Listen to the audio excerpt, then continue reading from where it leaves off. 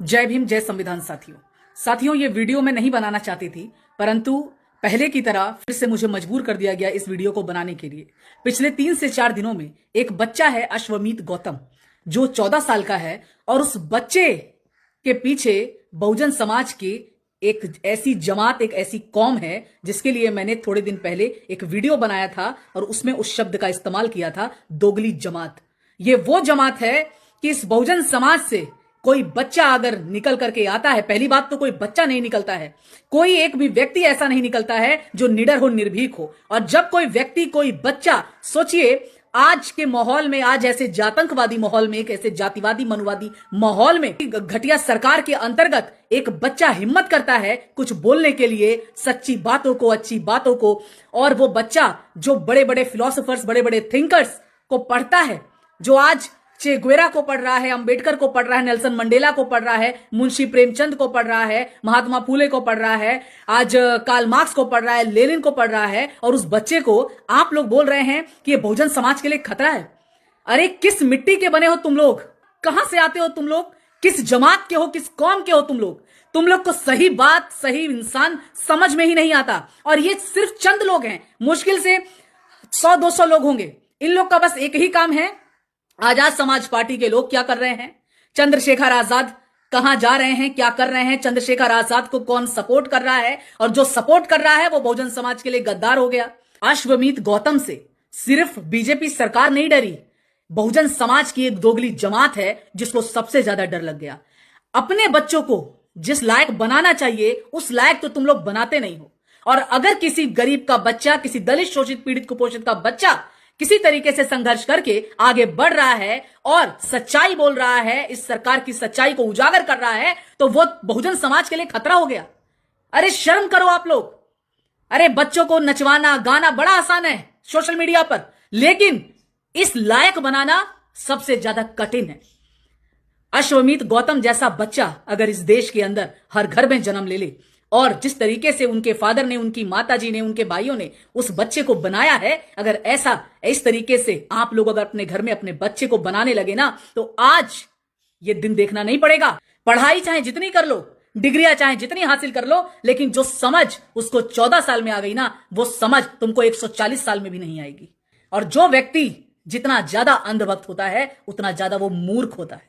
वो अगर किसी और के लिए अच्छा नहीं सोच सकता तो वो अपने लिए भी कभी अच्छा नहीं सोच सकता, और अपने बच्चों के लिए भी अच्छा नहीं सोच सकता। और जब तुम्हें अश्वमीत गौतम जैसा बच्चा समझ में नहीं आ रहा, तो तुम्हें अपने बच्चे कैसे समझ में आएंगे?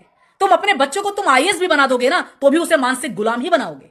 चाहे साइंटिस्ट बना दो, चाहे उसको एस्ट्रोनॉट बना दो, चाहे अपने बच्चों को कितनी भी ऊंची मंजिल पे पहुंचा दो, लेकिन आपका जो आउटपुट रहेगा ना, वो जीरो रहेगा। जीरो इसलिए रहेगा क्योंकि तुमने उसे आज भी मानसिक गुलाम बना रखा है, क्योंकि तुम भी मानसिक गुलाम हो।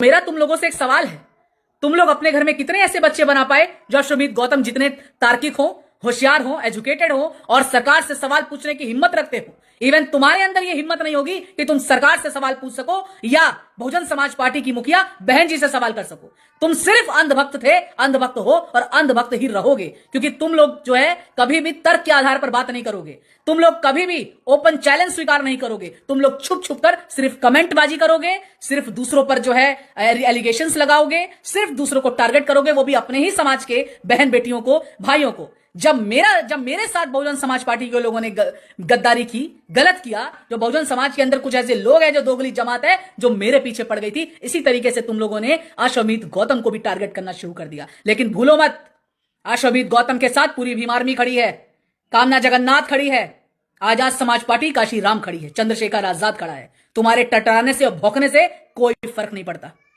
अश्वमीत गौतम जैसा बच्चा बनाना, इस लायक बनाना, ये सबके बस की बात नहीं। और अगर तुम्हारे बस की बात नहीं तो तुम्हारी इतनी औकात नहीं कि तुम अश्वमीत गौतम जैसे बच्चे के ऊपर लांछन लगा सको, उसको टारगेट कर सको। उस बच्चे के अंदर समझ विकसित हो गई, उससे यह समझ में आ गया कि बहुजन समाज का असली नायक कौन है, बहुजन समाज का असली धुरंधर कौन है, बहुजन समाज का असली हीरो कौन है, जो आज वाकई में काम कर रहा है। लेकिन कुछ अंधभक्तों को, जिनके समझ को ताला लग चुका है, उन्हें आज भी समझ में नहीं आया। आज बड़ी बड़ी डिग्रियां लेकर के, बड़े बड़े पदों पर बैठ करके आज इन लोगों ने बहुजन समाज को आग में झोंक करके उसी पर बैठ करके रोटियां सेक रहे हैं। समझ उम्र की मोहताज नहीं होती, और जरूरी नहीं कि समझ उसी व्यक्ति के अंदर विकसित हो जिसने बड़ी बड़ी डिग्रियां हासिल की हों। कहने को तो बहुत बड़े बड़े वैज्ञानिक इस देश में हुए जो कि आज कोई खोज करने से पहले नारियल फोड़ते हैं, पत्थर पूजते हैं। और आज बहुजन समाज में भी कुछ ऐसे अंधभक्त हैं, कुछ ऐसे मूर्ख भरे हुए हैं जो इस बच्चे को सिर्फ और सिर्फ टारगेट कर रहे हैं और इस बच्चे को, इसकी इमेज को डिग्रेड करने की कोशिश कर रहे हैं।